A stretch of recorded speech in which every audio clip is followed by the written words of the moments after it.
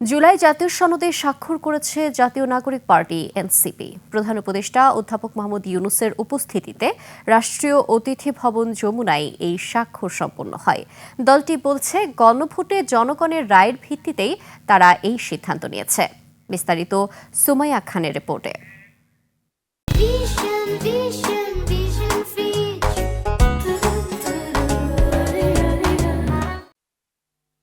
জুলাই জাতীয় সনদে সব রাজনৈতিক পক্ষের স্বাক্ষরের মাধ্যমে নতুন রাজনৈতিক বন্দোবস্তের পথে আরেক ধাপ এগিয়ে গেল দেশের রাজনীতি।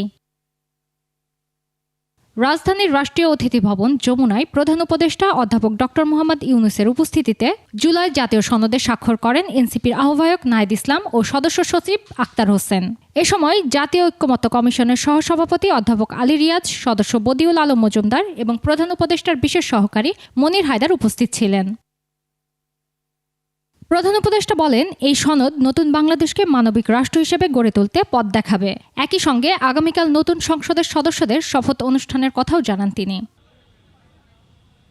স্বাক্ষর শেষে সংবাদ সম্মেলনে নাহিদ ইসলাম জানান, জুলাই সনদের আইনি ভিত্তি তৈরি হওয়ায় এবং গণভোটে জনগণের সমর্থন পাওয়ার পরই তারা স্বাক্ষর করেছেন। জুলাই জাতীয় সনদের যে আইনি ভিত্তি, সেই আইনি ভিত্তি নিরূপণ না হলে, আইনি ভিত্তি নিশ্চিত না হলে আমরা আসলে এই ডকুমেন্টে সাইন করার কোনো মানে থাকবে না।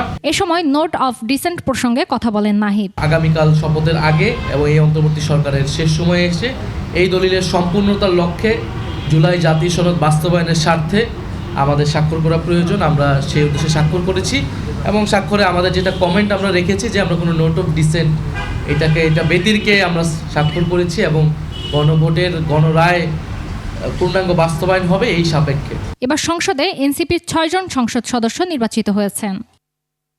সুমাইয়া খান, ২১ টেলিভিশন, ঢাকা।